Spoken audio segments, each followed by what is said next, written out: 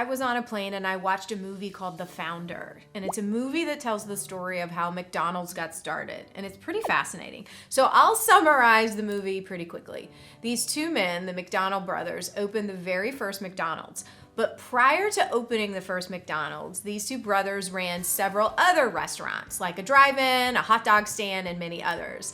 And these brothers spent 30 years working in the restaurant business, experimenting, tweaking, seeing what customers liked and didn't like, developing their signature recipes, honing their systems and figuring out their customer service style, and basically figuring out how to make things work successfully. And back then, they prided themselves on making fresh, tasty, real food, not junk fast food. So things have deviated from the original version quite a bit, but that's a whole nother story. But my main point is that these brothers worked in the restaurant business for 30 years before they opened the first McDonald's. Of course, as we all know, McDonald's exploded into a worldwide multi-billion-dollar empire, and the McDonald brothers became extremely wealthy. One of the McDonald brothers cracked a joke and said, "We were an overnight sensation, 30 years in the making." Yeah, most of the businesses and projects that seem like an overnight sensation are not. This is something I discuss with my clients all the time because a lot of my clients get discouraged when their projects don't take off instantaneously, myself included. It's important to remember that it takes time to build an empire, to build a reputation and a brand. And we all want things hot, fast, and ready now, or yesterday. I know I do, but it really rarely works that way. You know that old saying, Rome wasn't built in a day? Well, McDonald's wasn't built in a day either, and Apple wasn't built in a day. Facebook wasn't built in a day. Beyonce wasn't built in a day. My coaching practice wasn't built in a day either.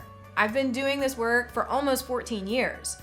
So if you run a business and if you're running a blog or if you're pursuing any kind of goal, it can be tempting to compare yourself to other people. You look at someone's really fabulous website and think, they're so famous and amazing, and meanwhile, no one even knows that my little business exists. I'm invisible. Or you look at someone's Instagram feed and you see all these photos of their fun hikes and trips and their toned legs and perfect hair, and you think, oh, she's so fit and healthy and having all kinds of adventure. Why can't I have that kind of life? Why can't I get my shit together? This is called compare and despair. You compare yourself to someone, usually someone you don't even know, and then you sink into despair because you feel inadequate. If you do this compare and despair thing a lot, like maybe every single time you log onto the internet, I really want you to stop. It's not a helpful thing to do. What I say to my clients is don't compare your first year with someone else's 14th year or 30th year. Look, if you've just started working out at the gym for the first time ever, then of course you're not going to have the athleticism of an Olympic champion like Simone Biles, who's been training daily for 15 years. Of course, you're not going to be doing triple backflips in the air across the gymnastics mat. Duh. You're just getting started. And that's beautiful because that's where you are. It's the same with any type of goal that you might have. If you just started taking singing lessons last week, don't compare your voice to Adele. If you just opened your coaching or consulting practice last year, don't compare your earnings to Susan Hyatt Inc. If you took your first public speaking class a month ago, don't compare your speaking skills to Michelle or Barack Obama.